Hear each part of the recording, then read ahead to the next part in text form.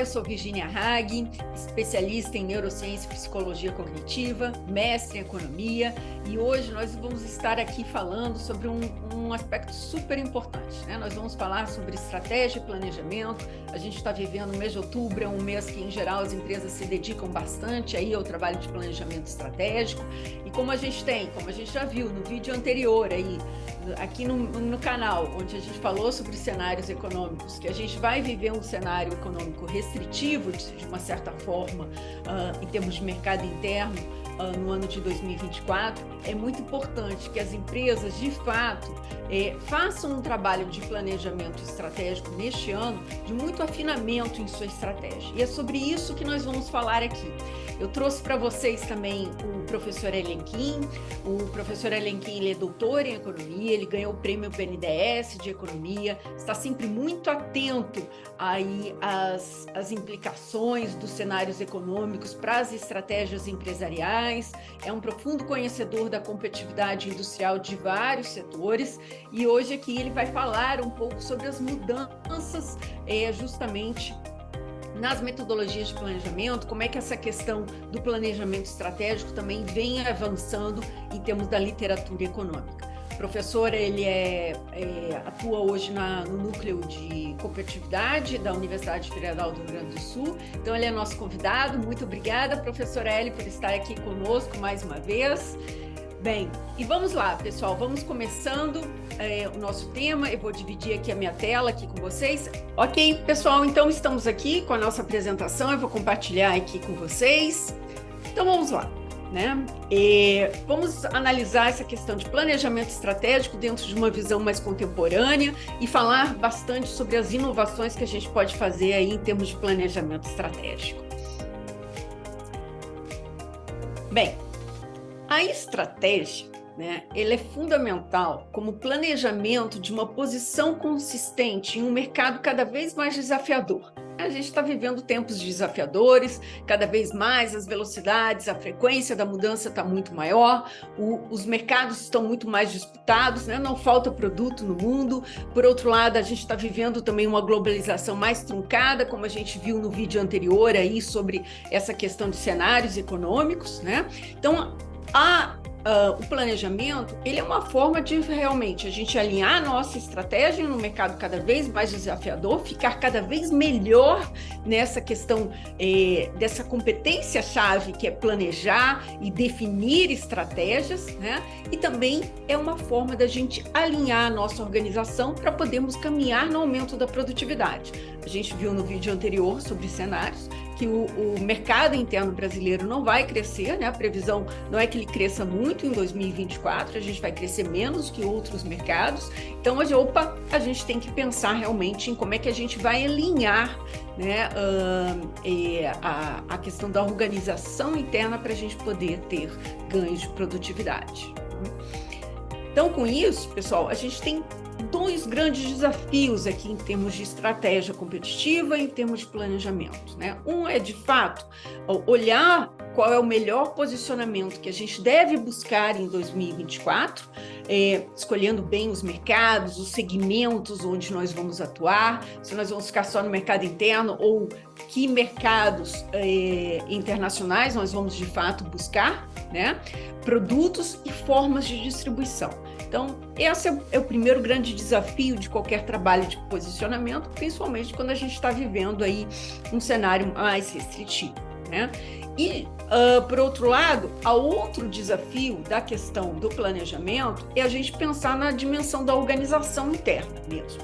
Como é que a gente trabalha os recursos que nós temos, né? E as competências organizacionais, a gente vai melhorando essas competências, a gente tenha ganhos de produtividade, né? Então, isso é importante. E sempre que a gente está falando de competências e de recursos, aqui a gente está falando também de pessoas. Então, a gente não pode esquecer de trazer à tona a questão comportamental aqui, também como foco no planejamento estratégico, né?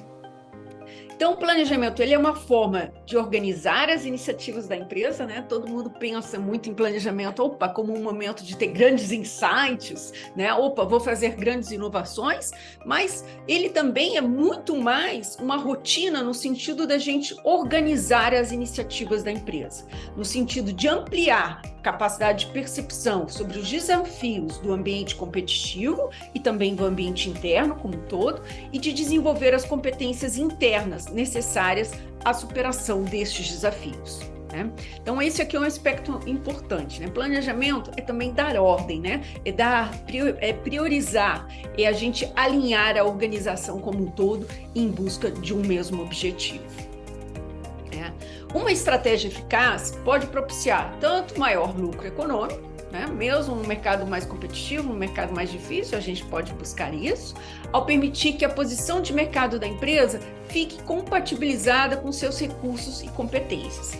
Essa é uma tarefa importante do planejamento, né? A gente não pode almejar um posicionamento para o qual a empresa não está preparada, ou mesmo que ela não tenha todas as condições, que ela também não vai conseguir se aliar a tempo, né? Para poder buscar esse posicionamento competitivo. Então, a velocidade também é uma questão que a gente tem que pensar e levar em consideração na hora aqui de planejar. Né? Então, tem que estar compatibilizada com os recursos, com as competências, com as capacitações da empresa, com a área de domínio da empresa ou com a área que a empresa, de fato, consegue flexibilizar mais rapidamente aí as suas competências. Então, de acordo com o posicionamento de mercado, a gente vai conseguir oferecer, né, esse posicionamento. A gente tem que escolher um posicionamento que ofereça mais valor, né, aos clientes, mas também que a questão do custo, né, é importante no mercado cada vez mais disputado. Né? Então, mesmo aquelas empresas que estão no mercado num posicionamento muito diferenciado, né, elas também têm que pensar na questão do custo, né, porque o custo também é importante para a gente produzir, né, este valor aí oferecido ao cliente. Né? Eli, algum comentário aqui nesta questão? Sabe o que eu posso fazer sobre essa questão do planejamento nessa abordagem que você está fazendo? Eles têm a ver com a questão com a ótica da análise econômica da estratégia competitiva. Né? Onde eu destacaria que a análise econômica ela procura mostrar que não se pode, toda decisão envolve olhar para um aspecto ou do mercado e para dentro da empresa, se exige olhar para o valor que se quer gerar para os clientes, que mercado abranger, mas também a ideia de que há um custo para produzir isso, ele tem que ser minimizado, que ao elevar o valor sem se preocupar com a concorrência, o risco que se corre é de estar oferecendo um valor elevado, mas que não seja demandado pelos clientes ou que tenha concorrentes oferecendo valor próximo a um custo menor. Né? Então, essa ideia da análise econômica do planejamento é fundamental e em cada momento, em cada etapa, ela vai procurando exatamente criar uma espécie da melhor relação custo-benefício de cada etapa, de cada decisão do planejamento. Né? Então, é fundamental o posicionamento de mercado. Por isso, aquela dupla dimensão, olhar para fora da empresa, para o ambiente, e olhar para dentro da empresa para ver se o alinhamento que está se conseguindo é o máximo. Se o alinhamento for o máximo, a empresa vencerá a concorrência. Ótimo, ótimo, Eli. Muito obrigada pelas colocações. Vamos lá. Quais são as funções e benefícios aí de um processo de formulação e de implementação efetiva da estratégia, né? A estratégia passa a ser realmente um conjunto de critérios para alocação eficiente e convergente de recursos com os objetivos estratégicos, né? A gente, tem que ter a estratégia, mas depois a gente tem que alocar, de fato, os recursos, né? Alinhá-los na busca desse posicionamento aí de mercado. Né? Isso envolve tanto a geração interna quanto também de aportes de capital, né? De investimentos, né? Entre as diferentes alternativas aí que foram selecionadas no trabalho de planejamento estratégico. evitando, né, a estratégia e o planejamento, ele serve como um guia, né, para que a gente evite decisões, tomadas, processos de decisões mais arbitrários, que não estão alinhados com o posicionamento estratégico selecionado no mercado, né, ou decisões inconsistentes ou movidas mais por determinados interesses, sejam eles pessoais ou departamentais, né? Então, a estratégia, ela serve realmente como um parâmetro, como um critério para a gente tomar decisões internamente, né? Então, pensar num planejamento para 2024, ele vai ser o guia do nosso processo de tomada de decisão, né? Ele vai ser o fiel da balança. Não é isso, Hélio? Exatamente. Essa abordagem que tu estás mostrando, eu acho que ela é plenamente compatível com essa visão de uma eficiência econômica do planejamento, digamos assim, né? Isso se observa em muitas organizações, que as decisões não são orientadas pela alocação eficiente e convergente do recurso dentro de uma certa lógica da estratégia, e sim por pressões das áreas, às vezes por um hábito, as empresas alocam investimentos em determinados itens porque têm a tradição de fazer e não se questionam sobre se aquilo lá não poderia ser alterado em função de uma melhor e mais eficiente aplicação dos recursos escassos que a empresa tem para os seus investimentos, para atingir seus objetivos. Obrigada, Hélio. Bem, então a estratégia é um guia para a gestão, né, e para a organização da empresa, né? Isso é importante que a gente tenha em mente, abrangendo decisões relativas tanto à arquitetura organizacional, como é que a gente vai organizar, né, o organograma realmente da empresa, né, a questão de gestão de projetos também, e propiciando a coesão e o foco da organização em torno dos elementos básicos que formam a estratégia, né? Então, a estratégia, o planejamento não é uma coisa que a gente faz em determinada época do ano, né, setembro ou outubro, mas ele é algo que ele permanece vivo, ele tem que permanecer vivo, até porque em mercados cada vez mais conturbados, com mais surpresas, né, como a gente tem vivido, a gente precisa ter levar esse guia de gestão como também algo flexível, né, que mantenha a coerência, mas que ele também dê flexibilidade para que a empresa possa sair, né, de questões que surgem no mercado que não estavam previstas. Mas ele também vai servir como um guia para a empresa tomar decisões, mesmo nessas situações que muitas vezes não foram antecipadas, né, num processo de planejamento. Porque, a gente tem que lembrar que a nossa racionalidade é sempre limitada. Algumas coisas nós conseguimos prever, né, no planejamento, em qualquer análise de cenário, né, de tendências, mas tem muitas outras coisas que a gente não consegue prever, né?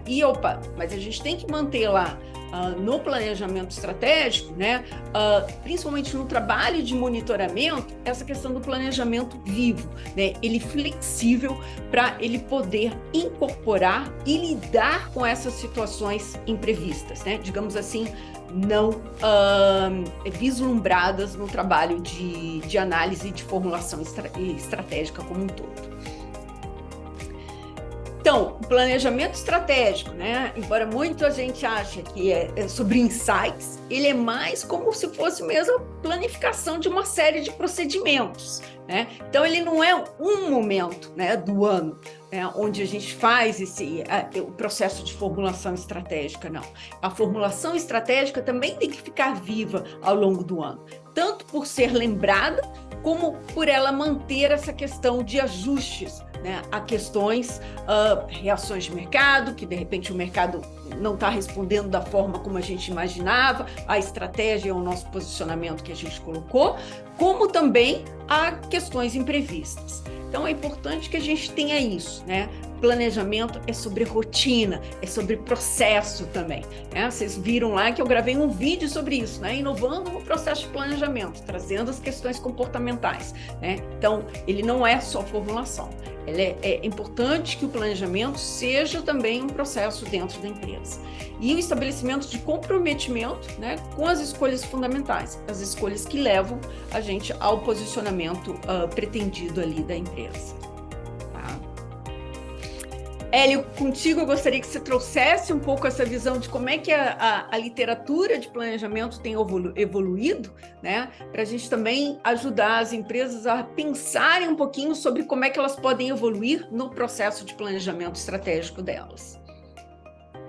Bom, tanto na minha, vamos dizer assim, atividade executiva em empresas, agentes de fomento, quanto na própria gestão da universidade, a minha experiência é de que a evolução do planejamento que a gente registra na literatura, nos estudos sobre a evolução das técnicas e das abordagens de planejamento estratégico, e tanto na área de gestão quanto de economia da estratégia, é de que essa evolução ela veio ao encontro, vamos dizer, de realmente necessidades fundamentais, né?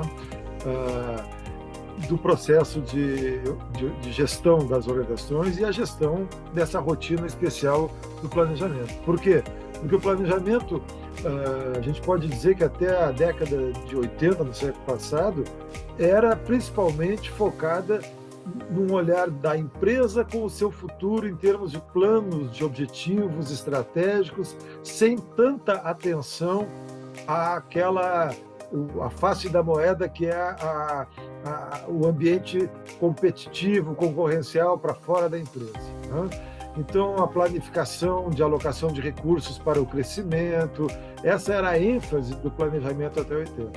Com a globalização, com as tendências dos novos players, os novos tigres asiáticos, entrando Japão, Coreia do Sul e depois, mais adiante, os demais que vieram nos anos 90, do século passado, a evolução do planejamento ela foi em direção a uma valorização da compreensão por parte das empresas do seu ambiente de concorrência, da sua estratégia competitiva, tá? Então, essa visão a partir de 80, ela é uma visão do planejamento como uma estratégia de competição. E aí, olhar para a posição de mercado da empresa, olhar essas questões que tu comentaste antes, qual é o valor que nós queremos propor ao cliente, qual é os custos compatíveis com a geração daquele valor, como é que isso seria viabilizado, como é que a participação do mercado que a empresa poderá ter em função da existência de concorrentes naquele segmento do mercado-alvo. Então, essas decisões sobre escolha de mercados-alvo, de avaliação da ameaça que os concorrentes têm nesse mercado-alvo, do mix de produtos e do espaço entre valor gerado e custo, passaram a ser fundamentais. Ocorre que, mesmo nesse processo, que foi uma evolução e uma compatibilização com a realidade, com o mundo real que cerca as empresas e o ambiente econômico internacional, ainda assim, né, e por isso que eu comentei da minha experiência, eu observava tanto estudando empresas, fazendo os estudos sobre planejamento e sobre estratégia, mas também com a vivência de executivo, a gente observa o seguinte, que o planejamento e essa análise nessas versões era feito por um grupo mais restrito dentro da empresa e, portanto, não se disseminava como prática para toda a organização, ou ele era, inclusive, feito numa certa época do ano e meses depois, ou às vezes até semanas depois, se esquecia do que se tinha combinado, né? Então, essa realidade, que não era só de empresas brasileiras, mas do mundo inteiro, gerou uma preocupação sobre como manter o controle sobre o planejamento e mantê-lo como uma chama acesa o ano inteiro. Assim. E isso deu lugar ao esforço de integrar uma outra dimensão do processo de planejamento. É como eu vejo a evolução não só dos aspectos econômicos do planejamento, mas da organização do planejamento. Né? O desafio da implementação, da mensuração, do comprometimento, de verificar se as ações propostas estão surtindo efeito, se as ações propostas estão afetando positivamente a empresa no sentido de que ela atenda aos fatores críticos para o êxito daquela escolha de posicionamento que ela adotou. Essas questões passam a ser fundamentais. Então, nós temos uma terceira dimensão aí entrando, que é a dimensão do monitoramento de objetivos, indicadores e metas. Né? Então, eu acho que essa é a evolução que houve e que completou uma necessidade de como as empresas devem se organizar, e é isso que transformou o planejamento estratégico numa rotina especial. Ela é especial porque ela trata de todos os aspectos fundamentais da competição da empresa e da sua organização, das suas competências. Mas ele é uma rotina porque se ela não for rotina, se ela não for mensurar se as ações estão surtindo efeito, se ajustes têm que ser feitos, o planejamento vai de novo ir para uma gaveta no mês seguinte à etapa de formulação do planejamento. Ótimo, muito obrigada, Hélia. Eu acho que são comentários super importantes, né? Eu acho que todos os nossos processos de planejamento junto às empresas são questões que a gente trabalha, tanto essa questão do posicionamento de mercado, como a dimensão da organização interna e o monitoramento, né? Tanto que a gente realmente, quando a gente faz as nossas propostas de planejamento, a gente nunca esquece da parte de monitoramento, né? Então a gente precisa ficar acompanhando e vendo e principalmente vendo se a empresa consegue incorporar essa questão da disciplina estratégica. Eu acho que esse é um dos nossos grandes diferenciais, ajudar de fato a empresa e as pessoas a incorporarem essa disciplina estratégica, né? Mas um outro grande diferencial nosso, né, Hélio? Pois não, pode comentar, Hélio, depois eu continuo. Eu gostaria de comentar, sim, também sobre essa ótica de economista e vendo as discussões sobre as visões que há nas empresas ou as visões de quem atua lá com planejamento em empresas, né? Ou visões na área de gestão, né? A abordagem de administração, que é o seguinte: existe, eu acho que um mito, né? De que, ou às vezes uma resistência, de que fazer análise de planejamento, executar o planejamento, não trataria daquilo que é o essencial, que é a redução de custos e a produtividade da empresa. Né? Eu acho que isso é um mito, é falso e é um engano que acomete muitas empresas. Por quê? Porque só existe uma forma de a empresa atingir, tá?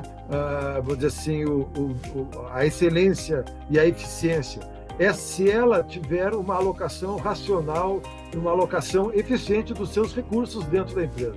E para fazer isso só tem uma forma de fazer, é fazer uma organização do processo de planejamento que envolva o posicionamento de mercado, que defina as ações estratégicas que vão custar dinheiro, mas tem que ser aquilo que é mais eficiente. Cada gasto tem que gerar algo que seja alinhado com o planejamento. Esse alinhamento só o planejamento permite. Portanto, a eficiência, buscar custos mais reduzidos, não é incompatível com se dedicar ao planejamento, muito antes, pelo contrário.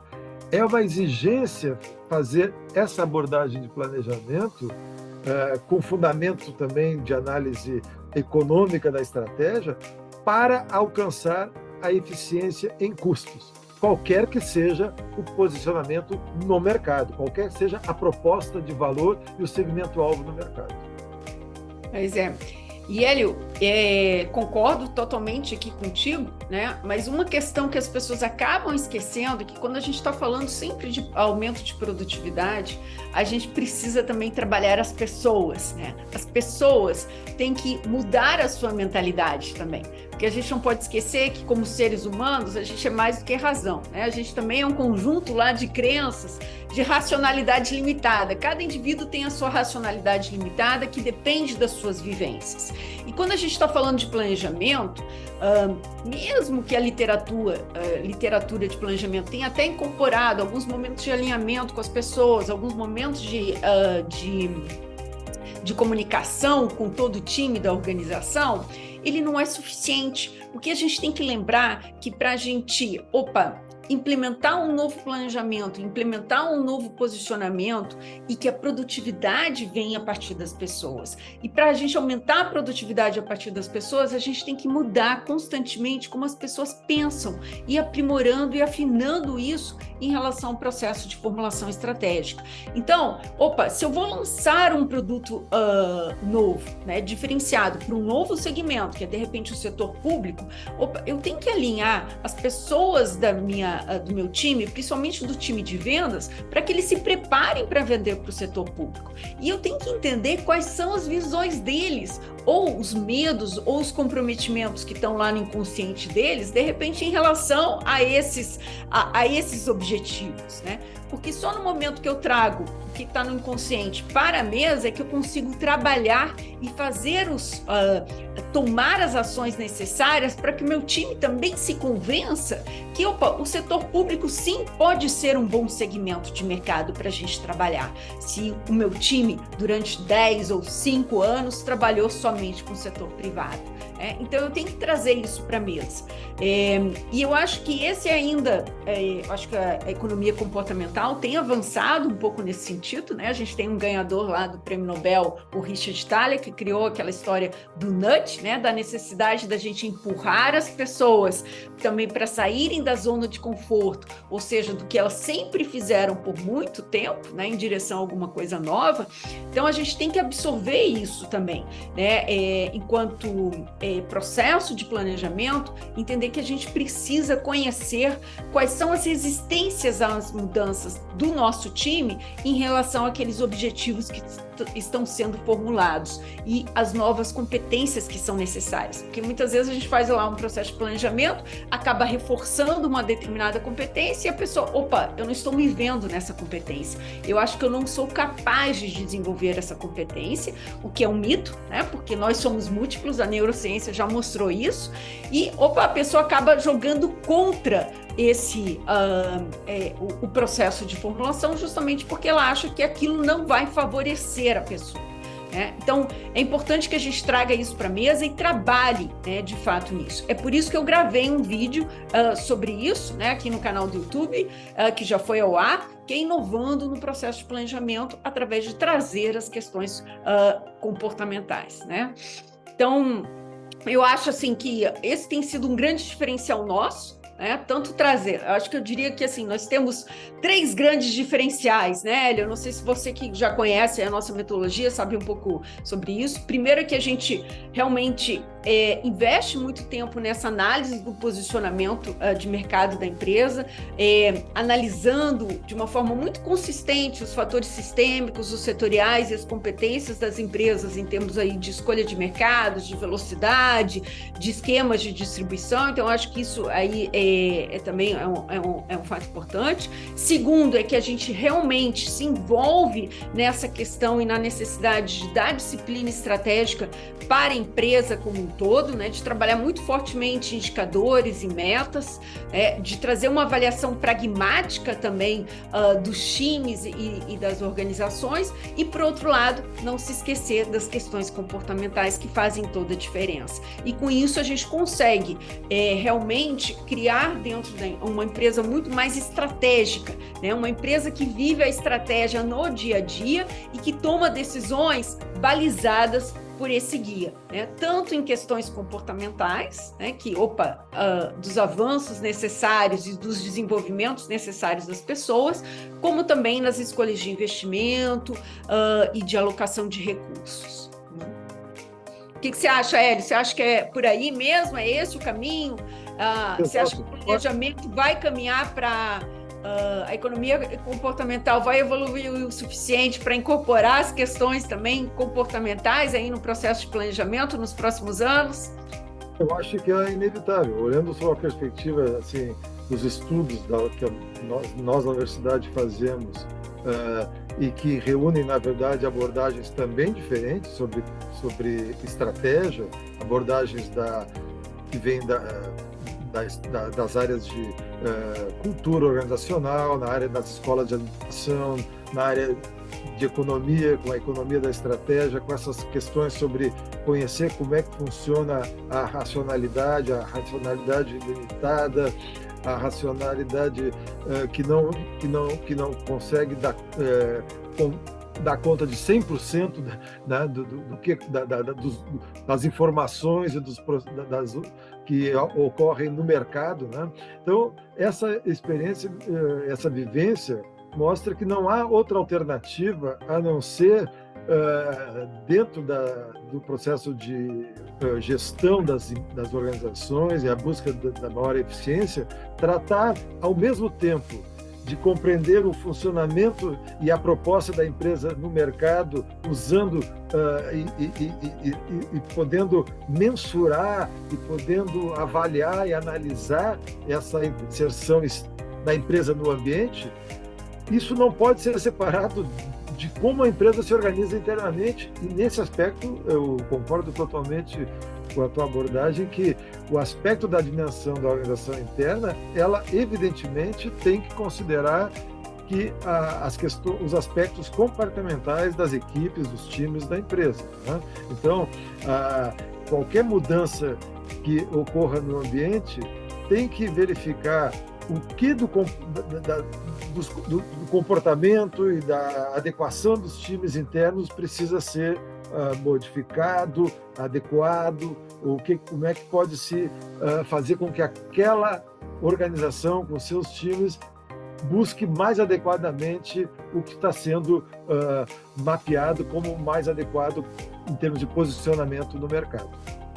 Né, Hélio? Sem dúvida, e como todo economista adora um indicador e uma meta, né, Hélio? Então eu acho que a gente também traz muita objetividade aí a esse processo.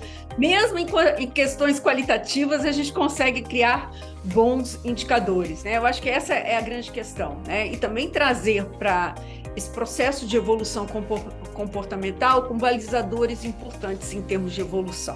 Eu acho que essa é a grande diferencial. Então, eu pego realmente, toda a minha certificação que eu fiz lá nos Estados Unidos com o professor Robert Keegan, de Harvard, sobre essa questão de imunidade à mudança, que ele entende que o nosso cérebro, tal como o nosso corpo, reage a qualquer mudança, para dentro do planejamento. E com isso a gente consegue não só tratar dos aspectos técnicos, mas também dos aspectos comportamentais de uma forma objetiva. Eu acho que isso acaba ajudando também muitos líderes da organização a não serem somente líderes técnicos, mas realmente líderes de pessoas, né? Líderes que incorporem essa questão da necessidade do desenvolvimento de soft skills, de vencer os vieses do cérebro humano e vencer também as resistências à mudança, né? O nosso sistema de imunidade à mudança e o sistema de imunidade à mudança do nosso time como um todo. Bem, vamos lá, gente. Então, Hélio, você quer comentar esse slide? Eu acho que é importante, a evolução do planejamento. Eu acho que isso, vamos dizer assim, é a tendência, resume, né, aquela evolução que a literatura mostra, né, e as visões de planejamento nas escolas, né, de planejamento. Eu posso dizer que a tendência atual continua sendo esse do planejamento como uma rotina organizacional, né, a busca disso, né, com todas essas características de ser uma rotina especial, porque ela tem efeitos diretos sobre as demais rotinas e processos dentro da empresa, né, porque trata de modo especial da relação entre a posição atual da empresa e a posição almejada, né, no horizonte de planejamento, né? E, claro, né, nós aqui estamos falando sobre a abordagem econômica, racionalidade, indicadores, mas também estamos falando sobre comportamento, sobre racionalidade limitada, sobre emoções, sobre os times. Então, na verdade, assim como cada indivíduo, cada ser humano tem, né, como se diz, os hemisférios cerebrais, a razão e a emoção, as organizações também têm isso. E o objetivo não é priorizar apenas uma delas, é saber explorar melhor a articulação entre essas duas esferas, né? Os comportamentos, as pessoas, que é quem faz a empresa acontecer, mas é também quem pensa sobre o planejamento, sobre a competição, sobre o posicionamento de mercado e sobre como a organização interna pode fazer melhor cumprir melhor essa tarefa de competir com aquele roteiro que o planejamento estabelece. Ótimo, ótimo, Hélio. É isso aí. Eu acho que quando a gente traz para a rotina, a gente lembra que a gente tem que trabalhar pessoas, né, também, né? Então, eu acho que isso aí é fundamental. Por isso que eu acho que essa tua abordagem, da tua organização, da tua empresa, essa experiência que tu tiveste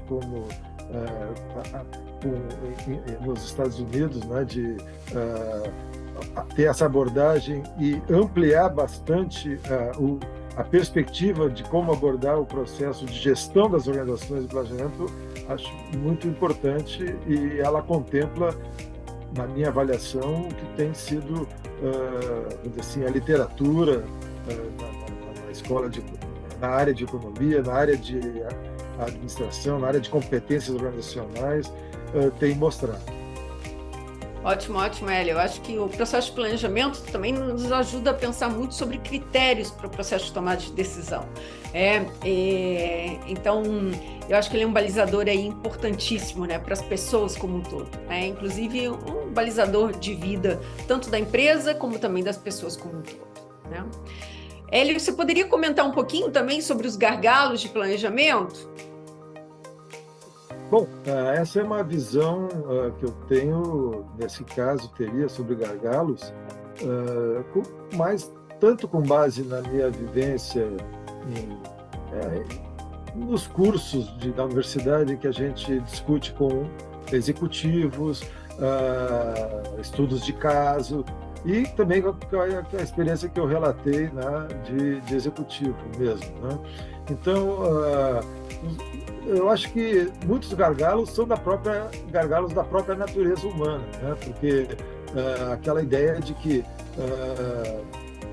às vezes as pessoas estão tão preocupadas com os problemas mais urgentes e operacionais que esquecem de ter de prestar mais atenção, de ter a capacidade de olhar né, como se diz, a floresta e não apenas a árvore. É um jargão, é um clichê, mas é um clichê que é a realidade dos limites da capacitação para o planejamento, eu acho que as organizações que lidam melhor com isso são mais bem-sucedidas. Então, se há uma visão e uma preocupação sistêmica na organização que é suficiente, que é adequada, ou a empresa está absorvida demasiadamente pelo operacional e não consegue fazer as mudanças de rumo e ter a flexibilidade para essas mudanças que o ambiente está exigindo e que a concorrência está exigindo e que o mundo está exigindo, né? Então, esses gargalos aí se complementam, né? Aqui com relação à participação, essa é uma visão também já bem estudada, né, sobre o problema da centralização excessiva e, às vezes, da falta de informação, né? Acho que a própria literatura sobre governança corporativa, de algum modo, se relaciona com esse gargalo do planejamento, porque, na verdade, a ideia de mais transparência, né? Não deixar apenas na cabeça do líder da empresa, do seu proprietário, dos seus sócios, aquilo que é a visão estratégica da empresa, porque isso contamina negativamente a atuação de qualquer membro da empresa, porque não estará transmitindo nas suas decisões, nas suas relações para fora da empresa aquilo que foi decidido, aquilo que é a sua proposta de valor, né? Bom, isso aí é o que temos também na literatura já detectado em estudos sobre a economia, e é o fato de que o mundo está cada vez mais acelerado, na verdade, na medida em que tem mais capitais disponíveis, muito mais núcleos de pesquisa tecnológica, não é só mais os Estados Unidos e países da Europa Ocidental que fazem esse tipo de pesquisas, de laboratórios, tem todo um novo conjunto de países asiáticos investindo fortemente nisso, Coreia do Sul, Japão, China, Taiwan. Então, o que nós temos é que tudo isso gera mudanças mais rápidas, porque tem mais gente produzindo mudanças, ou pelo menos produzindo mudanças potenciais, né? Isso não significa, no meu modo de ver, que o planejamento se torna, vamos dizer assim, ineficiente, né? Ou desnecessário. Ao contrário, o que isso aí mostra é que o planejamento tem que ser mais ainda capaz de lidar, de absorver, eventualmente, e processar essas possíveis mudanças. Um exemplo, né? Nem todas as transições energéticas, nem todos os novos caminhos, os veículos elétricos, nem todos serão adotados igualmente em todos os países do mundo.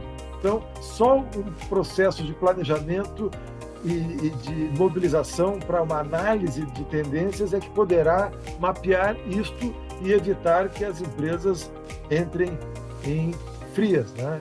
Acabem adotando medidas equivocadas. Então, mais velocidade de transformação não significa que não se deva exatamente criar uma certa visão.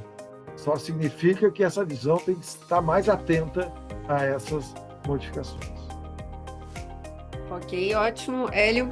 Bem, aqui um dos gargalos é identificar as mudanças comportamentais necessárias para o novo posicionamento, né?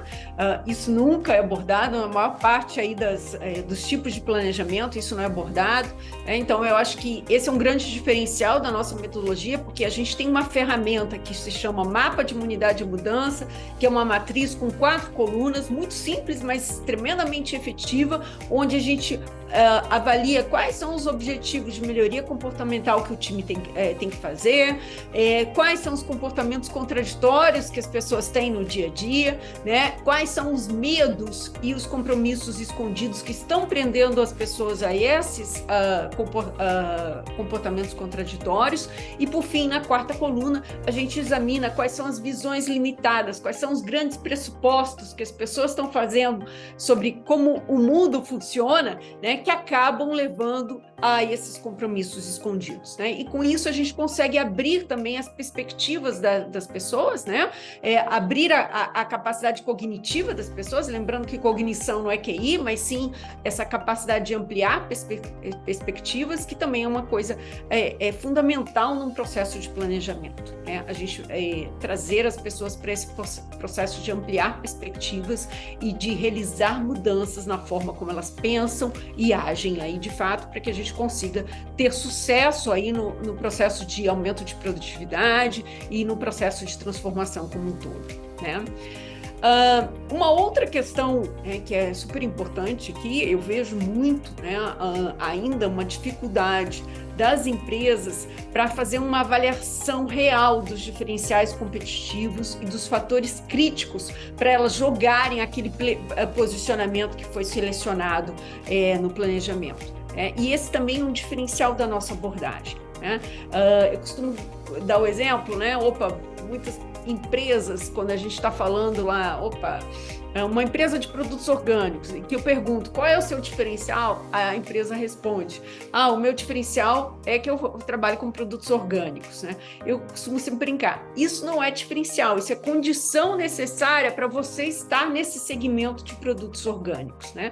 Então, dentro dos segmentos de produtos orgânicos, quais são os seus diferenciais? É a excelência no atendimento, é a rapidez, é de repente uma certificação lá mais específica, é a qualidade do teu produto, né? Então, isso é uma coisa que a gente tem que refletir de fato no processo de planejamento.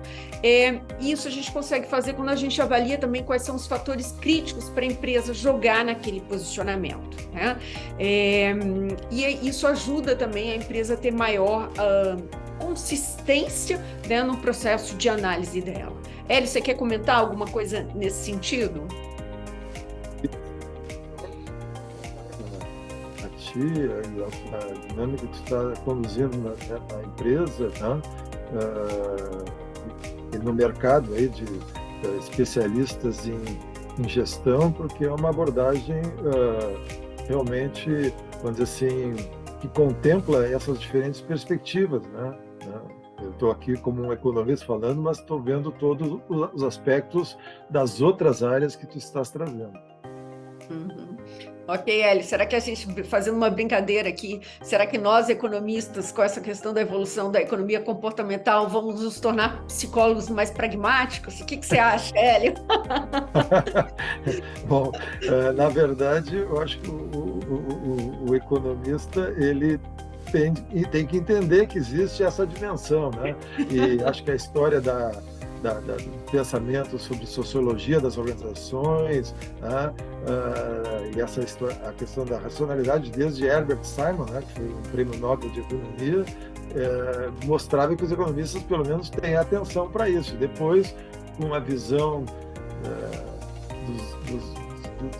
dos economistas da área comportamental mesmo, também mostrou que os economistas também têm uma antena para essa questão, embora não sejam monopolistas desse tema, né?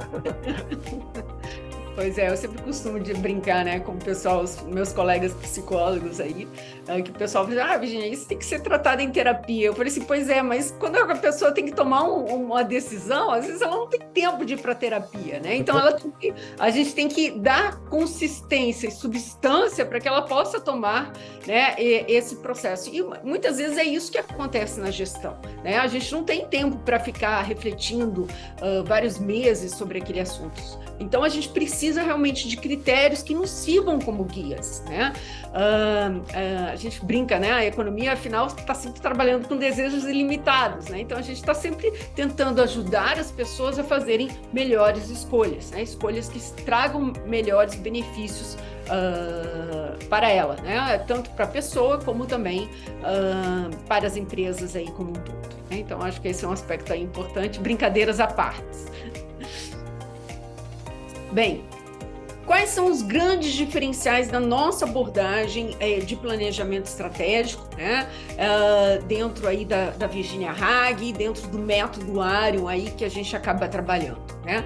Então, assim, a gente aborda realmente o planejamento considerando as suas 4 dimensões, né? Então, a questão de posicionamento de mercado, fazendo uma reflexão muito profunda sobre os reais diferenciais, né? Tomando em conta todas as variáveis importantes aí no processo de formulação estratégica, a questão da organização interna, né, e do alinhamento dessas competências internas da empresa com o posicionamento e com a necessidade de dar saltos de produtividade, a questão do monitoramento estratégico, né, do processo de planejamento, tanto para garantir a flexibilidade e ajustes necessários no plano estratégico, como também para dar disciplina estratégica, aquela velocidade, aquele movimento, né? A gente não pode esquecer que planejamento também é movimento, né? A gente ir em direção aos objetivos e a gente precisa monitorar como está esse movimento, né?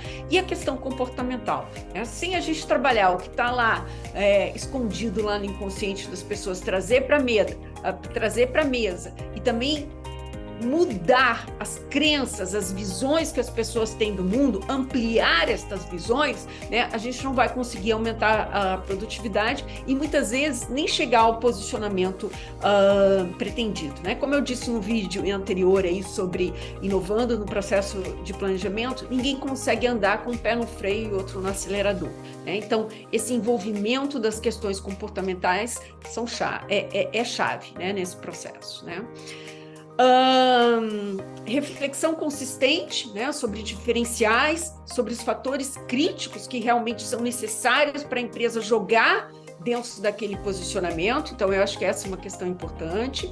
Aplicação do mapa de imunidade à mudança nos times, né? Então, isso é uma questão que a gente trabalha desde o início do processo de planejamento. Quais são as mudanças comportamentais que aquele time tem que ter para a gente alcançar os objetivos estratégicos, né?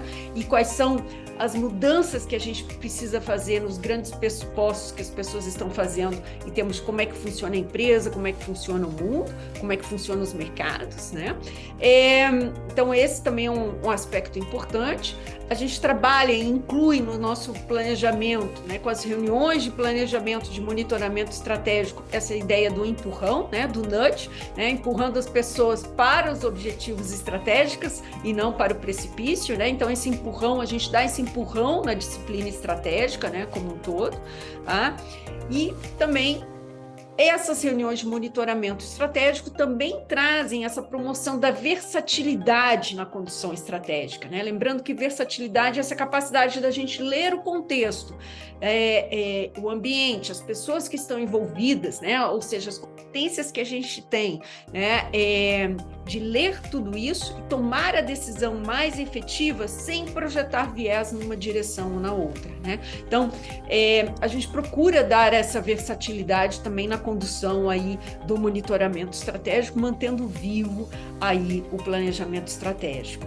Bem, é claro que, eu e o Hélio aí somos dois apaixonados aí pelo processo de planejamento estratégico, mas eu acho, né, Hélio, que toda, assim, pelo menos eu não sei você, mas nas minhas experiências com planejamento, eu sempre fico muito contente, porque a gente vê que a gente consegue estruturar e dar consistência para a caminhada estratégica das empresas, né? Eu acho que esse aí é um ponto, sem dúvida nenhuma, aí importante em qualquer processo aí de planejamento como um todo, né?